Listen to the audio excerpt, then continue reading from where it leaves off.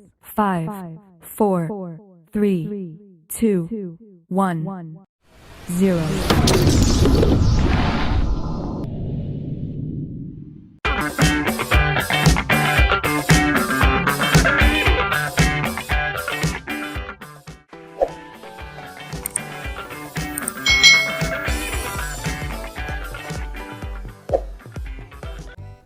Hai hai hai, selamat datang di channel YouTube Kak Citra. Apa kabar adik-adik semuanya? Kak Citra berharap kalian dalam keadaan yang baik, sehat, dan siap untuk belajar ya. Hari ini kita akan belajar bersama-sama untuk mata pelajaran tematik kelas 4. Kita belajar di tema 9, Kayanya Negeriku, subtema 2, Pemanfaatan Kekayaan Alam di Indonesia, pembelajaran yang kelima. Mari adik-adik, kita belajar dengan penuh semangat. Adik-adik, salah satu lingkungan yang masih terjaga keasriannya adalah daerah perdesaan adik-adik. Keasrian yang masih terjaga di pedesaan ini tidak terlepas dari perilaku yang bertanggung jawab dari masyarakatnya adik-adik dalam memanfaatkan sumber daya alam. Jadi biasanya lingkungan di pedesaan itu masih sangat asri adik-adik.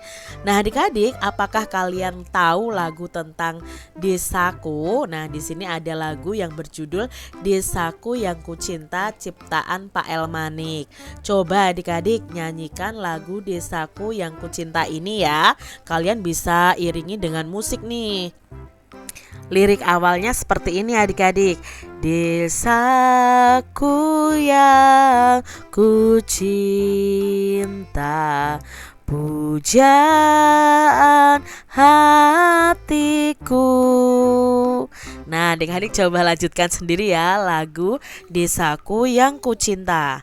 Nah adik-adik, lagu Desaku ini menggambarkan adanya sebuah desa yang permai. Nah desa yang permai itu selalu akan dirindukan oleh semua orang. Melalui lagu di depan dapat dibayangkan bahwa kehidupan dengan lingkungan sejuk layaknya sebuah desa permai merupakan kehidupan yang disenangi banyak orang. Adik-adik, di sini kita akan belajar mengenai pemanfaatan sumber daya alam. Kekayaan sumber daya alam itu dapat dimanfaatkan untuk menunjang dan mempermudah kegiatan manusia dalam rangka memenuhi kebutuhan hidupnya. Nah, manfaat kekayaan alam bagi masyarakat itu dapat dirasakan langsung, misalnya hasil pertanian dan perkebunan.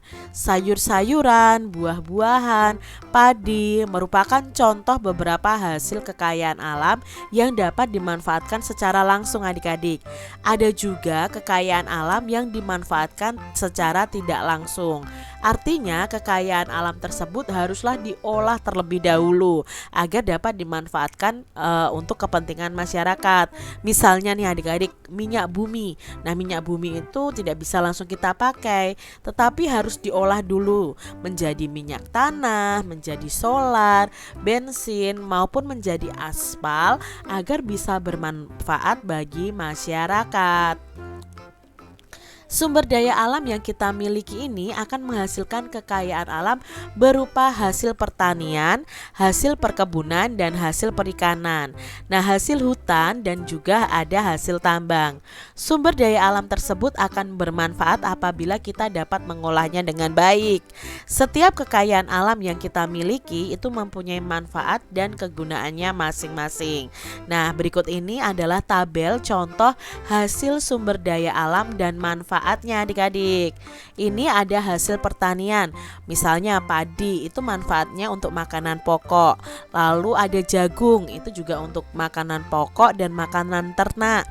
Lalu ada hasil pertanian berupa kacang kedelai. Nah kacang kedelai ini bisa dimanfaatkan sebagai bahan baku tahu, tempe, kecap, dan bisa juga dengan susu adik-adik ya. Kan ada susu kedelai.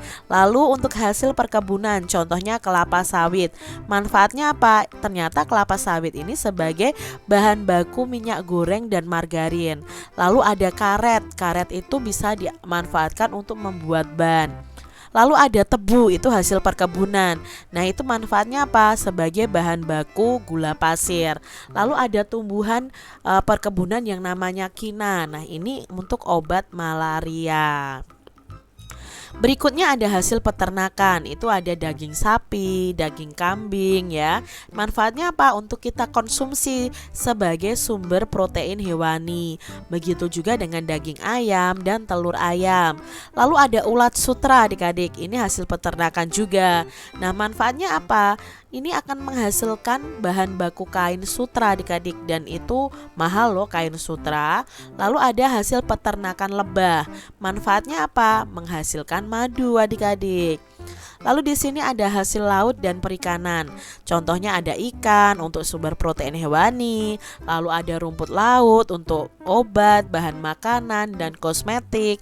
Lalu ada terumbu karang, itu bisa untuk wahana rekreasi. Lalu hasil laut berikutnya ada mutiara. Nah, manfaatnya untuk perhiasan. Berikutnya ada hasil tambang. Nah, hasil tambang itu ada minyak bumi, gas alam, ada belerang, grafit, lalu ada marmer. Minyak bumi itu ya untuk bahan bakar kendaraan bermotor, bisa juga untuk bahan bakar kompor. Lalu gas alam itu juga untuk bahan bakar kompor gas. Belerang itu untuk campuran obat, grafit itu untuk bahan baku pensil adik-adik, yang hitamnya yang untuk menulis itu dari grafit. Lalu ada marmer, itu bahan bangunan manfaatnya. Nah, adik-adik coba nih bersama kelompok kalian identifikasi berbagai sumber daya alam dan pemanfaatannya di daerah tempat tinggalmu ya, hanya di daerah tempat tinggal kalian. Di sini Kak Citra hanya memberi contoh saja. Misalnya di daerah kalian hasil pertaniannya apa saja? Oh, ada padi, jagung, kacang kedelai dan singkong misalnya. Lalu manfaatnya apa dari masing-masing hasil pertanian tersebut? Berikutnya hasil perkebunannya apa di daerah tempat tinggalmu? Apakah ada kelapa sawit atau karet atau tebu atau kina atau kopi? Nah, bisa jadi adik-adik ada kopi. Nah, manfaatnya apa? Misalnya kopi itu untuk bahan minuman. Kalian bisa sebutkan hasil pertanian dan perkebunan. Lalu hasil peternakannya apa? Hasil laut dan perikanannya apa? Kalau yang tinggal di daerah pegunungan, tentunya kalau yang kalian tulis adalah tingkat kabupaten kalian, ya otomatis tidak ada laut dan perikanan adik-adik ya kan. Nah, adik-adik bisa menyesuaikan dengan lingkungan kalian masing-masing. Misalnya di daerah kalian atau di provinsi kalian tidak ada hasil tambang, ya tidak perlu kalian cantumkan hasil tambangnya. Nah, di sini ada hasil tambang dan hasil perhutanan. Misalnya ada getah pinus itu untuk pengencer cat, lalu damar itu untuk bahan obat dan pewarna alami, rotan itu untuk bahan baku kerajinan anyaman dan mebeler, lalu bambu itu untuk bahan bangunan dan bahan kerajinan. Jadi kalian bisa sesuaikan ya adik-adik dengan daerah kalian masing-masing. Demikian tadi adik-adik pembahasan kita di tema 9, subtema 2, pembelajaran yang kelima. Semoga video pembelajaran ini bermanfaat untuk adik-adik semuanya, dan sampai jumpa lagi di video pembelajaran Kak Citra selanjutnya. Tuhan memberkati.